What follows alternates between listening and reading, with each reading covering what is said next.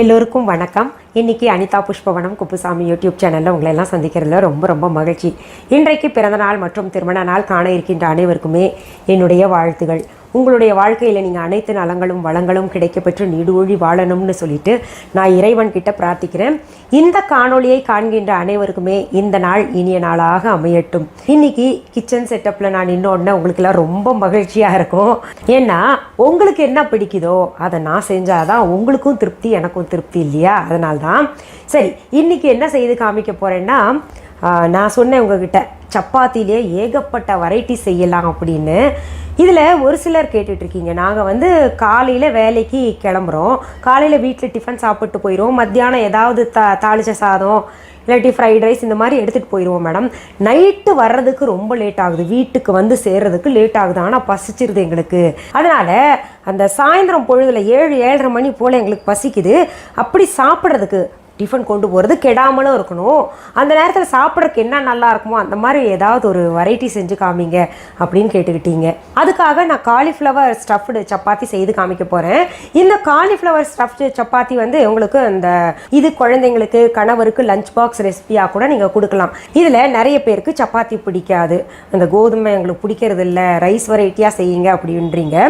Rice variety உங்களுக்கு செய்து காமிக்கிறேன். ஆனால் கோதுமை மாவில் நிறைய ஃபைபர் கண்டென்ட் இருக்குது, அப்படி சாப்பிட்றதுனால நமக்கு பார்த்திங்கன்னா இந்த உடம்பு போடுதுன்னு நினைக்கிறாங்கல்ல, அப்படி உடம்பு போடுது அப்படின்னு நினைக்கிறவங்க, தொப்பை எல்லாம் போடுது அப்படின்னு நினைக்கிறவங்க இந்த சப்பாத்தியை கொஞ்ச நாளைக்கு சேர்த்துக்கிட்டு வாங்க. உடல் ஒரு கட்டுக்கோப்பாக வந்த பின்னாடி வேணால் நம்ம சாதத்தை சேர்த்துக்கிட்டு வரலாம். இப்போது எங்கள் வீட்டிலலாம் பார்த்திங்கன்னா பசங்கள்லாம் சப்பாத்தி தான் பிடிக்கும், அவங்களுக்கு சாதத்தை செஞ்சு வச்சுட்டேன்னா முகத்தை திருப்புவாங்க, ஏன்னா அவங்களுக்கு அந்த மாதிரி பழகிடுச்சு. நான் கூட சப்பாத்தி வெரைட்டிஸை ரொம்ப விரும்பி சாப்பிடுவேன். சரி, இன்னைக்கு இந்த காலிஃப்ளவர் ஸ்டஃப்டு சப்பாத்திக்கு தேவையான பொருட்கள் என்னென்னு பார்த்துடலாம். காலிஃப்ளவர் தேவையான அளவு, சப்பாத்தி மாவு பிசைந்தது தேவையான அளவு, பொடியாக நறுக்கிய பெரிய வெங்காயம் 1, பொடியாக நறுக்கிய கொத்தமல்லி இலைகள் சிறிது, பொடியாக நறுக்கிய பச்சை மிளகாய் 4, மஞ்சள் தூள் 1/4 டீஸ்பூன், நெய் தேவையான அளவு, உப்பு தேவையான அளவு, நான் இந்த உப்பு பயன்படுத்துகிறேன், சீரகம் 1 டீஸ்பூன், சப்பாத்தி இடுவதற்காக காய்ந்த கோதுமை மாவு சிறிது. இப்போ நம்ம காலிஃப்ளவரை நல்லா சுத்தம் பண்ணிவிட்டு அதில் உள்ள பூச்சியெல்லாம் இருக்கும், அதை பார்த்து சுத்தம் பண்ணிவிட்டு இந்த மாதிரி பூவை எடுத்து வச்சுக்கோங்க. அந்த பூ உங்களுக்கு தேவையான அளவு, உங்கள் வீட்டில் எவ்வளோ பேர் இருக்காங்களோ அதுக்கேற்ற மாதிரி நீங்கள் சமைச்சிக்கோங்க. அந்த காலிஃப்ளவர் பூவை எடுத்துக்கிட்டு நான் துருவி வச்சுருக்கேன் பாருங்கள். அடுப்பில் ஒரு வாணலியை வச்சுக்கோங்க. இப்போது வாணலி சூடாயிருச்சு, அதில் கொஞ்சம் நான் நெய் விடுறேன். உங்களுக்கு நெய் பிடிக்கலன்னா நீங்கள் ஆப்ஷன் எது எந்த எண்ணெய் பயன்படுத்துகிறீங்களோ அதை பயன்படுத்திக்கோங்க. நான் நல்ல பசு நெய், நம்ம VHA.online இருக்குல்ல அந்த பசு நெய் தான் பயன்படுத்துகிறேன். சீரகம் போட்டு தாளிச்சிடுறேன், சீரகம் பொரியட்டும். அடுத்தது நம்ம வெங்காயத்தையும் இதில் கொட்டிக்கலாம். அந்த சீரகம் பொரிஞ்சோடனே நல்லா பொடியை நறுக்கின வெங்காயத்தை போட்டிருக்கோம், அதில் அப்புறம் இந்த பச்சை மிளகா சேர்த்துக்கோங்க. காரத்துக்கு நம்ம பச்சை மிளகா மட்டும்தான் இதில் சேர்த்துருக்கோம். இப்போ பாருங்கள், நம்ம வெங்காயத்தை வெள்ளை வெளையர்னு போட்டோம் இல்லையா, இப்போ பிங்காக மாறிடுச்சு, நல்லா ஃப்ரை ஆயிடுச்சு. இதில் நம்ம இப்போ இந்த காலிஃப்ளவர், துருவன காலிஃப்ளவர் சேர்த்துக்கலாம். இதில் மஞ்சத்தூளை சேர்க்குறோம், தேவையான அளவு உப்பும் சேர்க்குறோம். இந்த உப்பு எல்லாம் பார்த்தீங்கன்னா நம்ம VHA.online இருக்குது. நம்ம VHA.online கிராசரி இதெல்லாம் வச்சுருக்கீங்களா அப்படின்னு கேட்டிங்கன்னா எல்லாம் ஆர்கானிக் பொருள் வச்சுருக்கோம். இப்போ நல்லா இது பெரட்டி விட்டுருங்க. இப்போது இந்த காலிஃப்ளவரில் லேசாக தண்ணி ஊற்றிக்கலாம். நம்ம ஒரு 1/2 டம்ளர் போல் தண்ணி ஊற்றிட்டு தட்டு போட்டு மூடி வச்சிடலாம், வேகட்டும். அதில் கொத்தமல்லி இலைகளை சேர்த்துக்கோங்க, நல்லா கலந்து விட்டு உப்பு பார்த்துக்கோங்க. வெந்துருச்சுன்னா விட்டுருங்க, அப்படி இல்லைன்னா திரும்ப நம்ம இன்னொரு முறை வேக வைக்கணும் தட்டு மூடி வச்சு. தட்டை திறந்து வச்சுட்டு நல்லா கிளறி விடுங்க. காரணம் என்னென்னா துளி கூட தண்ணி இருக்கக்கூடாது நம்ம சப்பாத்தி உருட்டும் போது. அப்படி செய்யலைன்னா நமக்கு உருட்ட வராது, காலிஃப்ளவர் சீக்கிரத்தில் வெந்துடும், அதனால் நம்ம தண்ணியே பார்த்து தான் ஊற்றணும். இந்த ஸ்டஃபிங் அப்படியே சாப்பிட்லாம், ரொம்ப சுவையாக இருக்குது. இப்போ பாருங்கள், இதில் காயில் இருந்த தண்ணியெல்லாம் நல்லா காஞ்சிருச்சு.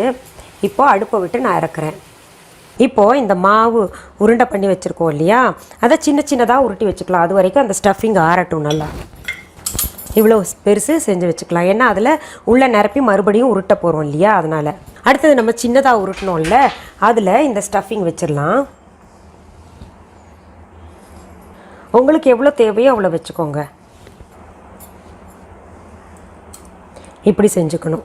நம்ம சாரீ எப்படி மடிப்போமோ புடவை மடிப்பு மாதிரி இப்படி மடிச்சுக்கணும். இது நிறைய பேர் வரலன்னு எனக்கு முன்னாடியே சொல்லியிருந்தீங்க. அது வர்றது அது ப்ராக்டிஸ். ஏன்னா எனக்கு டெய்லி சப்பாத்தி செஞ்சு செஞ்சு பழக்கம். அதனால் அது வர்றது கொஞ்சம் கஷ்டம். அது பழகிட்டிங்கன்னா வந்துடும். அப்புறம் இப்படி மாவு தூச்சு மறுபடியும் நம்ம உருட்டலாம்.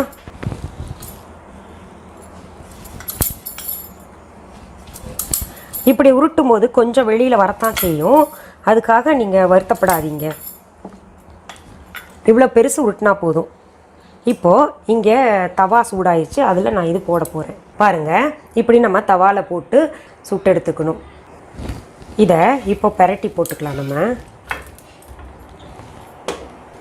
அந்த பக்கமும் வெந்த பின்னாடி தேவையான அளவு நெய் பூசிக்கலாம். நம்ம என்ன இவ்வளோ நெய் போடுறீங்களேன்னு நினைப்பீங்க. நெய் ஒன்றும் ஆகாது, பசு நெய் வேறு.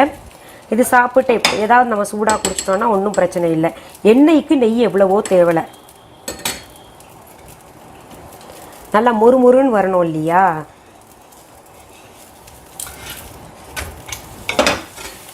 இப்போ பாருங்கள், ஒரு பக்கம் நல்லா சுட்டுருச்சு. நம்ம சிம்மில் முடிஞ்ச அளவு வச்சு சுட்டோன்னா பதமாக உள்ளே இருக்கிற ஸ்டஃபிங்ஸ் கூட நல்லா இருக்கும். இது ஸ்டஃபிங் உள்ளே இருக்கிறனால நம்ம கொஞ்சம் நெய் போட்டோம்ல, போடும்போது நிறையா இருந்த மாதிரி இருந்தது இல்லை. இப்போ பாருங்கள், உள்ளே இருக்கிற ஸ்டஃபிங்ஸ் வந்து நல்லா இழுத்துருச்சு.